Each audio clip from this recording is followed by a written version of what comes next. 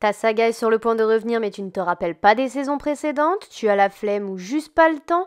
Bienvenue sur le récap série film et aujourd'hui c'est Spider-Man Into et Across de Spider-Verse. Alors, accroche-toi bien, c'est parti.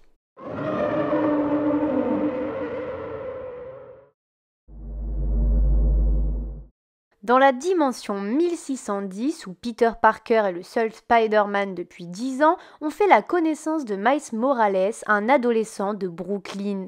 Celui-ci vient d'intégrer une nouvelle école élitiste, la Brooklyn Vision, d'où il essaie de se faire renvoyer puisqu'il n'y trouve pas sa place. Un soir, son oncle Aaron l'emmène dans le métro pour que Miles puisse graffer. Il se fait alors mordre par une étrange araignée marquée du nombre 42. Le lendemain, Miles se sent bizarre. Il a fait une poussée de croissance et se colle absolument partout. Il se rend alors compte qu'il est devenu comme Spider-Man. Il tente d'appeler son oncle, mais celui-ci n'est pas en ville. Miles ne souhaite pas en parler à ses parents et retourne donc dans le métro. Il retrouve l'araignée qui se met alors à bugger. Miles tombe alors sur Spider-Man en plein combat contre le bouffon vert qui veut ouvrir un portail sur une autre dimension. Spider-Man sauve Miles et se rend compte qu'ils sont pareils. Il lui promet qu'il l'aidera à apprendre à contrôler ses pouvoirs, puis il retourne empêcher l'ouverture du portail. C'est alors que le rôdeur apparaît également pour se battre aux côtés du bouffon vert. Spider-Man perd le combat, il parvient à donner à Miles une clé USB qui permet d'arrêter le synchrotrone, la machine qui ouvre des portails sur une autre dimension. Miles se cache avant que le caïd apparaisse et tue Spider-Man. Malheureusement, le chef se rend compte de la présence de Miles et envoie le rôdeur pour le tuer. Miles parvient à lui échapper après une course-poursuite.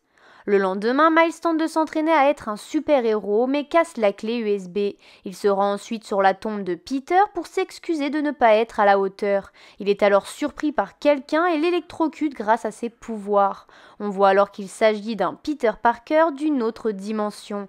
Spider-Man depuis 22 ans, marié puis divorcé à MJ. Il a été aspiré par un portail qui l'a donc emmené dans la dimension de Miles.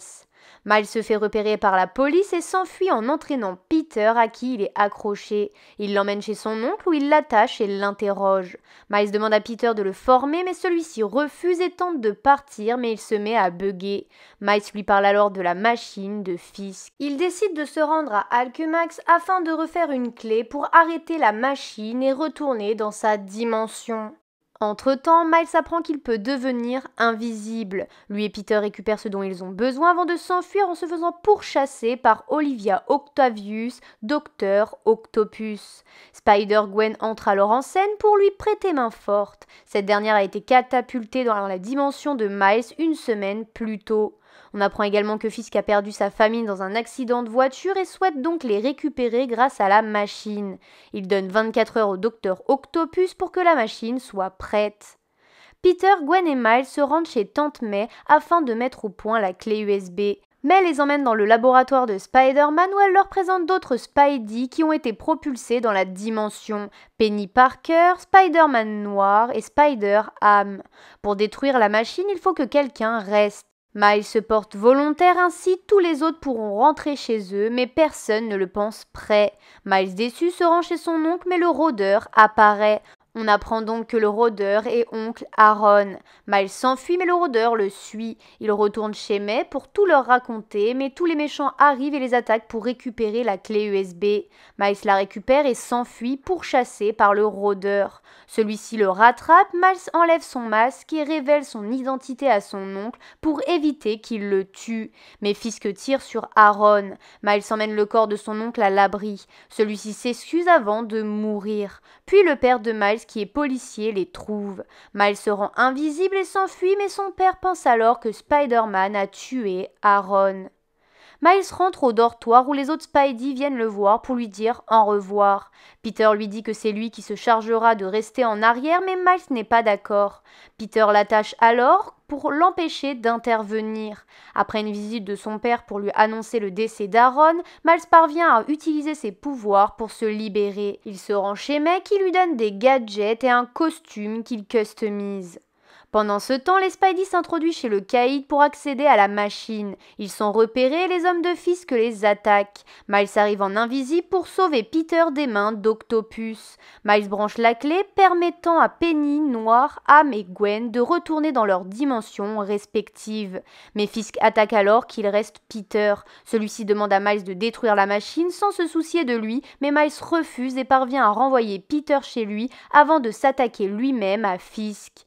Fisk a facilement le dessus, mais grâce à l'apparition de son père et ses encouragements, Miles parvient à reprendre la main en électrocutant Fisk. Il détruit la machine qui explose alors. Les méchants sont arrêtés et Miles devient officiellement le nouveau Spider-Man de sa dimension. Bien plus tard, on entend Gwen l'appeler tandis qu'un portail s'ouvre dans la chambre de Miles. Et dans une scène post-générique, on rencontre un nouveau Spider-Man équipé d'une montre qui permet de voyager entre les dimensions. Ceci marquant la fin de Into the Spider-Verse. On retrouve Gwen dans sa dimension. On rappelle comment elle a perdu son meilleur ami Peter et que son père, capitaine de police, pense que Spider-Woman est responsable de la mort de Peter. Gwen part en mission dans un musée contre Vulture, mais elle se rend compte qu'il n'est pas celui de sa dimension. Elle est secourue par un autre Spider-Man, Miguel O'Hara, qui possède une montre pour voyager entre les dimensions. Celui-ci dit gérer la sécurité du multiverse et lui apprend qu'ils ont déclenché l'ouverture de portails un peu partout dans le multiverse suite à leur combat contre Fisk. Avec l'aide de Miguel et Jessica Drew, une autre Spider-Woman, Gwen parvient à arrêter Vulture. Mais son père retrouve Spider-Woman et souhaite alors l'arrêter pour le meurtre de Peter. Gwen enlève alors son masque. Son père est sous le choc mais décide tout de même de l'arrêter. Jess et Miguel l'en empêchent et emmènent Gwen avec eux. On retrouve alors Miles qui tente d'arrêter la tâche tandis que ses parents l'attendent pour un rendez-vous avec la conseillère d'orientation. Il parvient à l'attacher quelque part puis rejoint ses parents. La réunion tourne court puisque la tâche s'enfuit. Celui-ci dit à Miles qu'il est devenu ainsi par sa faute après l'explosion du synchrotron, qu'il est son némésis et que c'est grâce à lui que Miles est Spider-Man puisque l'araignée qui l'a mordu est arrivée dans leur dimension grâce à lui. La tâche est encore en pleine découverte de son pouvoir et parvient à s'échapper et découvre qu'il peut voyager entre les dimensions. Le Spider-Man de la dimension Lego prévient alors Miguel de la présence de l'anomalie. Pendant ce temps, Miles se rend à la fête pour la promotion de son père, mais rencontre quelques difficultés sur le chemin. Il se dispute avec ses parents qui le punissent. Mais une fois dans sa chambre, Gwen apparaît et lui raconte tout ce qui lui est arrivé. Mais ce qu'il ignore, c'est que Gwen est venue dans sa dimension pour s'occuper de la tâche. Miles suit alors Gwen incognito, mais la tâche a déjà changé de dimension. Jess laisse une chance à Gwen de réparer ses erreurs et Layla l'envoie dans une autre dimension où a été repérée la tâche. Miles décide de la suivre. Il se retrouve à Mumbatan dans la dimension de Pei, Spider-Man depuis 6 mois. La tâche se rend à Alchemax où se trouve un autre synchrotron qu'il souhaite utiliser pour augmenter ses pouvoirs. Miles et les autres essaient de l'arrêter, rejoints par Obi, un Spider-Man d'une autre dimension et ami de Gwen. Ils ne parviennent pas à arrêter la tâche qui s'enfuit alors que le labo s'écroule. En essayant de sauver tout le monde, Miles empêche un événement Caneva, un événement qui n'est pas censé être empêché pour le bien de la dimension. La dimension se met alors à bugger et Jess arrive avec d'autres Spider-Man pour tout régler. Elle emmène Gwen, Miles et Obi à la Spider Society où Miguel souhaite les voir. Sur le chemin, il rencontre d'autres Spidey comme Margot ou des anomalies comme le rôdeur d'une autre dimension. Ils sont également rejoints par Peter qui est devenu papa et emmène sa fille Mayday au travail. Miguel accuse Miles d'avoir perforé le multiverse. À cause de lui, la dimension de paix se décompose. Il l'accuse également d'avoir amené la mort du Peter de son univers puisque Miles n'aurait jamais dû se faire mordre par une araignée.